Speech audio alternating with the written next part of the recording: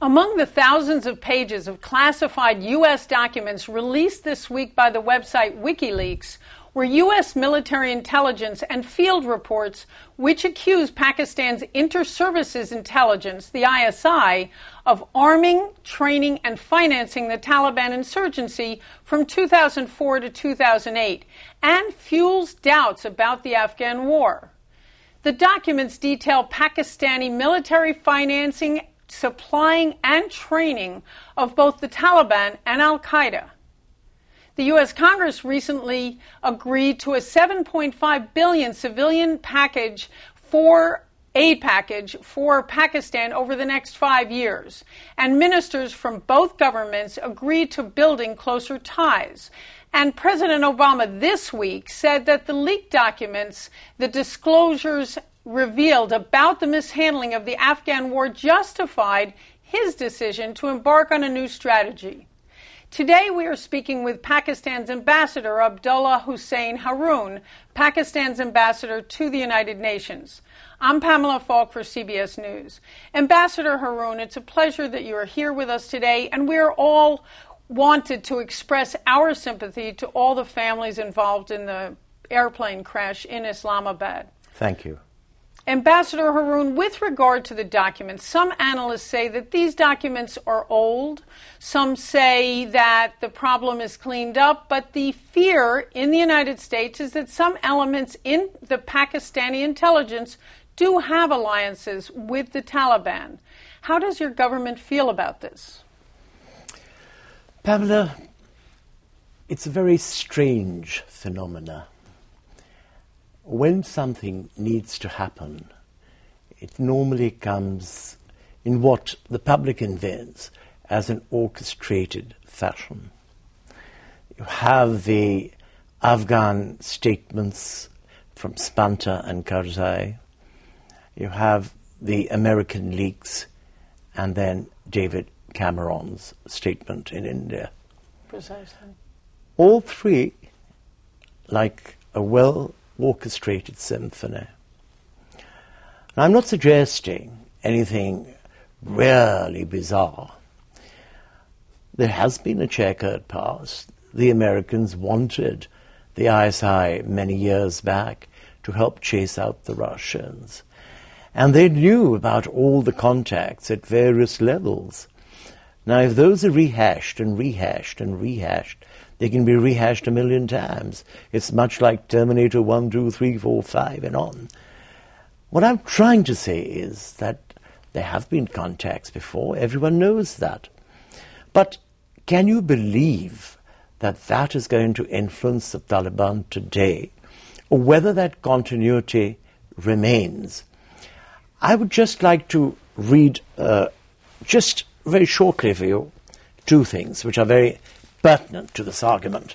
One, my daily Bible, the New York Times. Much of the information, raw intelligence and threat assessments gathered from the fields in Afghanistan cannot be verified and likely comes from a source aligned with Afghan intelligence, which considers Pakistan an enemy, and paid informants have also contributed. Some describe plots for attacks that do not appear to have taken place.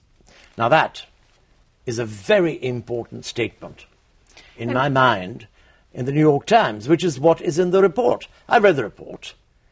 There will be certain things which are verifiable, but much of what is said is by so-called Afghan agents in the field, and how dependent they have been previously would not have got you into this quagmire of the war today if they were dependent. And today the results in Afghanistan, which speak for itself, shows adequately that these agents have not been doing their job well. Now all of a sudden they are taken as the gospel truth and displayed in WikiLeaks and whatever. But I think the Times has taken the right attitude. It is non-verifiable. Much of it is from people who consider Pakistan an absolute enemy. And so in your words, would you say today there is any liaison, old rogue agents or any kind of liaison between the Pakistani intelligence and the Taliban? Pamela, My Life with the Taliban by Abdul Salam Zaif, a great bestseller here, he echoes what the Taliban thinks about Pakistan and the ISI. A couple of one-liners to give you a very quick feel on this issue. Tripartite talks between Afghanistan, Pakistan and America are always sabotaged by Pakistan. Shows how confident he is of something like that on behalf of the Taliban. Then I quote, Pakistan, I told him, is never an honest, this is to the US ambassador, Pakistan, I told him, is never an honest mediator and will control and manipulate any talk they mediate or participate in, showing adequately they're not willing to talk to Pakistan. He then says, when he's speaking to the Interior Minister of Pakistan, Muhyiddin Haider did not know that Pakistan was a two-faced country. Now, you can imagine what he feels about it.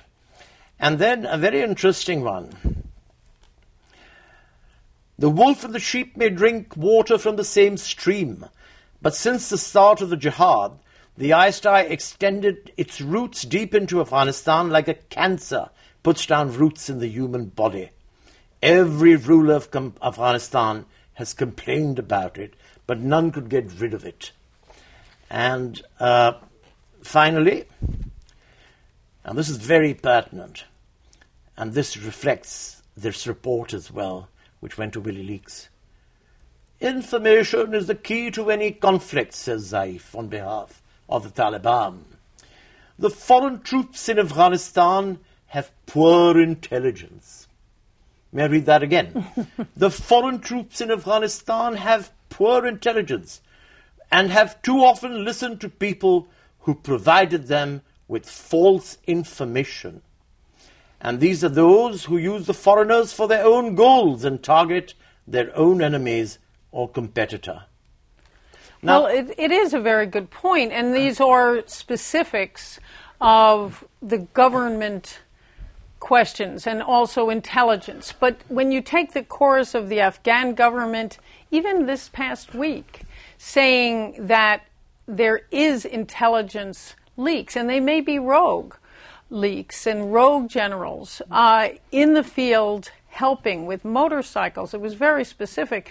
Do you think there's any more of that as a holdover, for example, of the old days? These quotations I chose from this very popular book here, one that's considered a Bible at the moment, are based on a couple of things. One, that the Taliban don't trust the ISI or Pakistan and are abusive towards it in a vociferous fashion. Two, it makes it absolutely clear in their own words that the ISI is a cancer, they will not deal with it. And three, it makes it absolutely clear in their own words that information in Afghanistan is used to fog the enemy's mind. Now, with these very clear explanations, how much have these Afghan leaks come from Afghan informants who they themselves claim are not trustworthy?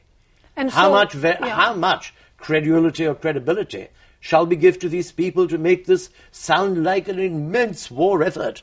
I mean, this, Pamela, smacks to me somewhat of, the aspect about the weapons of mass destruction, practically. I assure you that neither the Pakistan government, nor the people of Pakistan, and nor the ISI in Pakistan are weapons of mass destruction. All of them are performing in very difficult situations. I have the IMF report here, which says very adequately, and I quote from the IMF report recently issued, Pakistan's role in the universal war on terror, one important aspect that has severely dented development in Pakistan is its role in the war on terror.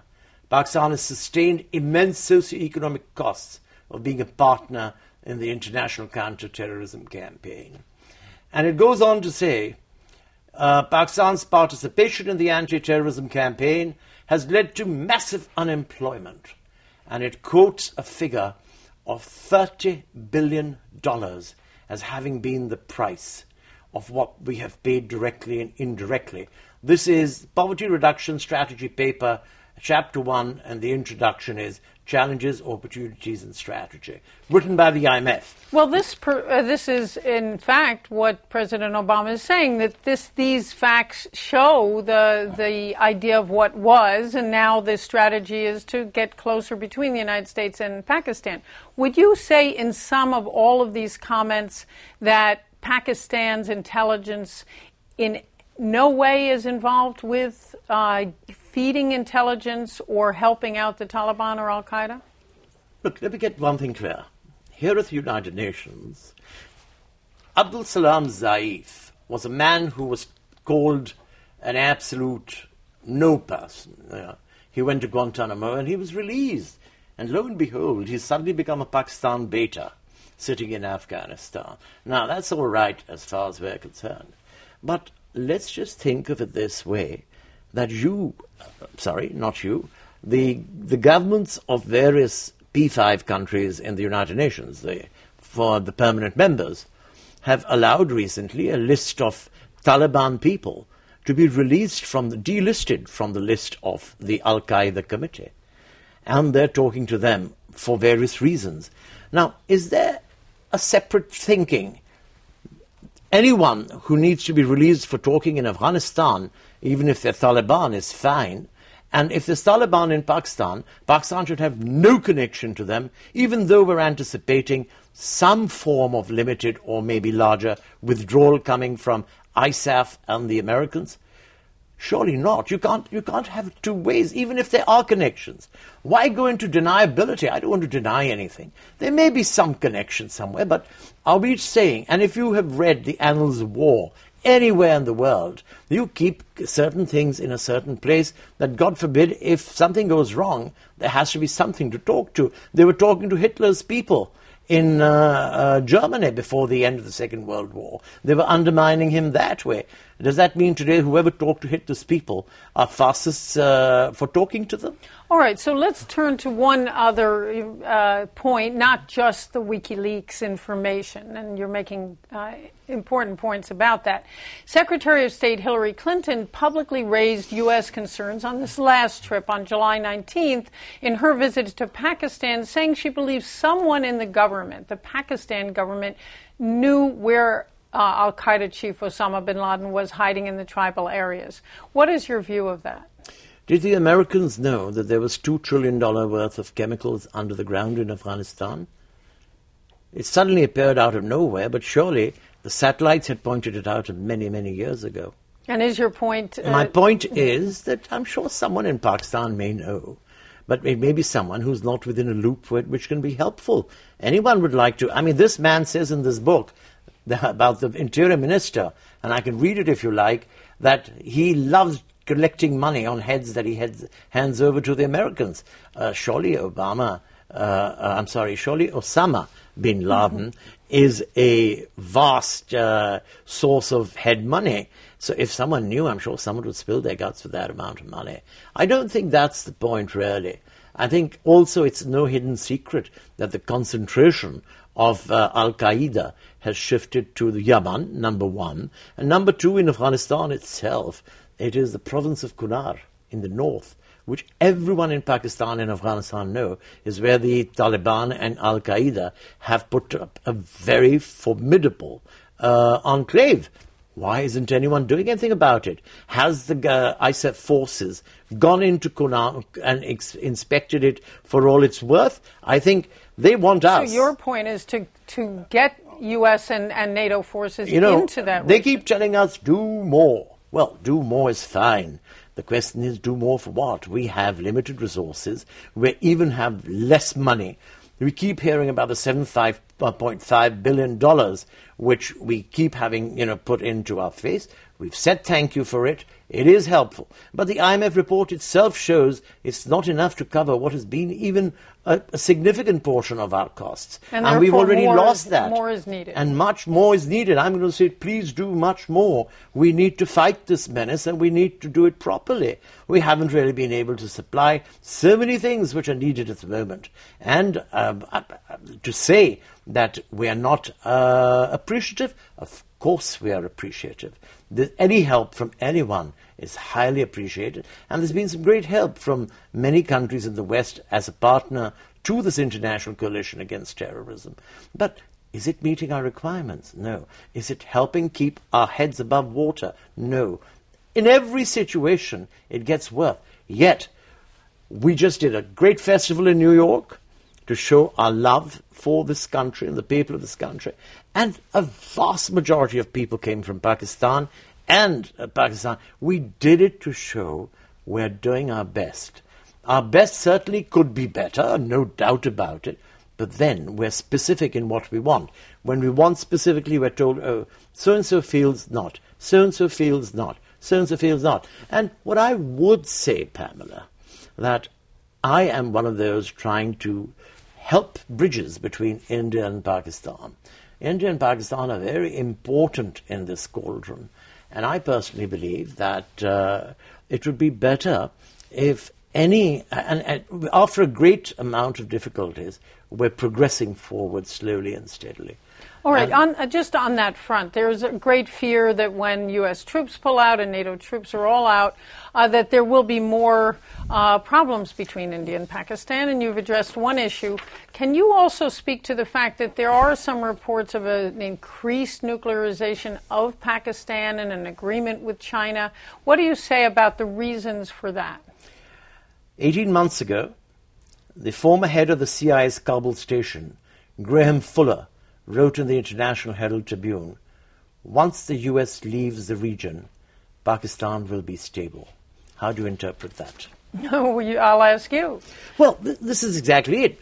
My old friend Imran Khan says that the US should not worry about Pakistan. Once the bombing stops, it will no longer be jihad, and the suicide attacks will immediately cease.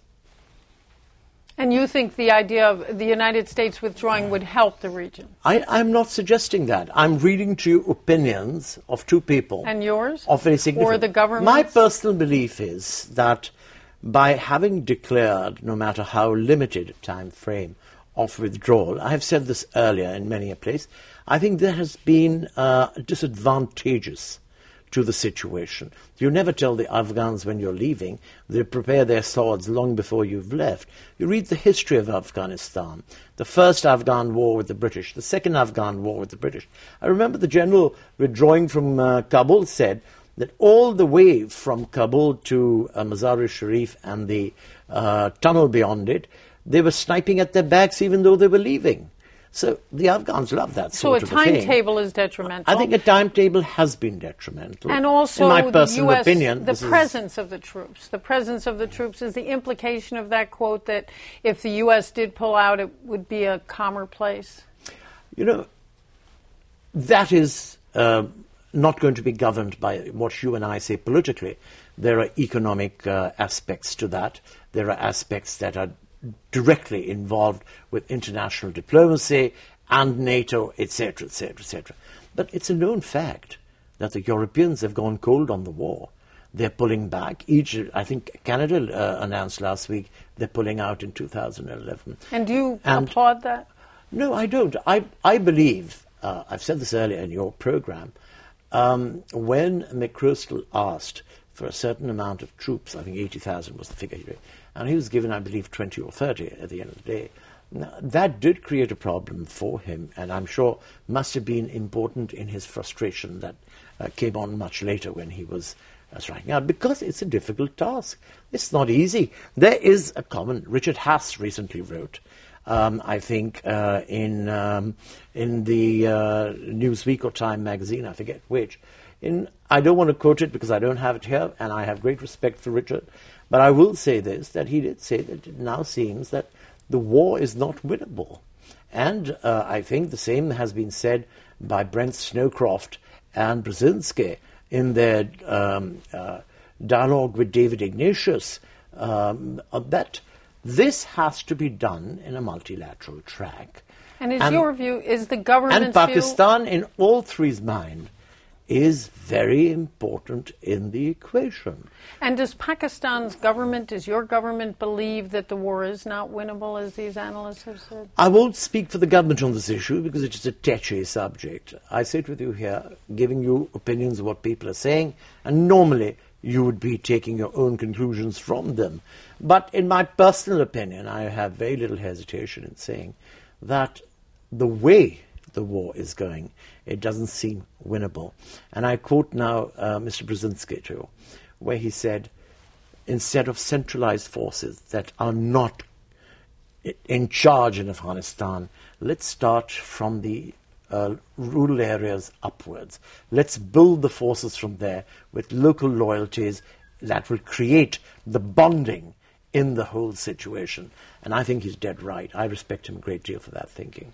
All right. One last question on a different front across the Atlantic. The Prime Minister David Cameron has been very critical right now of Islamabad. This week he said he launched the strongest British criticism of Pakistan, warning that the country could no longer look both ways by tolerating terrorism while demanding respect as a democracy. This is coming at a time when your president is heading for Great Britain.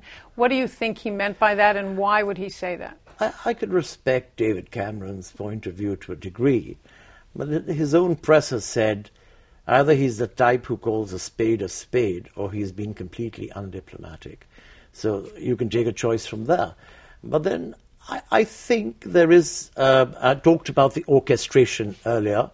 This could be a part of the orchestration. Miliband annoyed the Indians a great deal of his statements in India over Kashmir. And this could be a little tit-for-tat sort of a situation. I don't know. I don't believe it is, but I'm saying it could be. We're exploring more for his domestic audience and thing. For Indian And the other thing that I think is very important to say at this particular stage is that I remember the great moment when Tony Blair stood in the House of Commons and said, 45 minutes away rests an arsenal that can blow us to kingdom come, sort of a situation. Not the exact words, meaning that Saddam has weapons that are 45 minutes away from London. And we knew where that went. I just feel that there is a bit of, in all politics, there is a bit of controversy. In all politics, there's a bit of drama. There are reasons for saying things at different places, I'm sure. I think David Cameron's been a good friend to Pakistan. I think William Hague has been a good friend to Pakistan. I think Mr. Miliband and Gordon Brown are good friends of Pakistan. I think they know what a positive contribution we have to play. But sometimes something needs to be said. All I can say about that is that it's a little unfair, and I think needs to be considered, because this thing about doing more, each time there is something about to happen, Pakistan needs to do more. Well, I think that is really, putting too many straws on an already overladen camel's back. Thank you, Ambassador Haroon. We look forward to following up with you in a few months about the Obama administration's new strategy and about the documents which analysts are sifting through. For CBS News, I'm Pamela Falk from UN headquarters in New York. Thank you as well for joining us.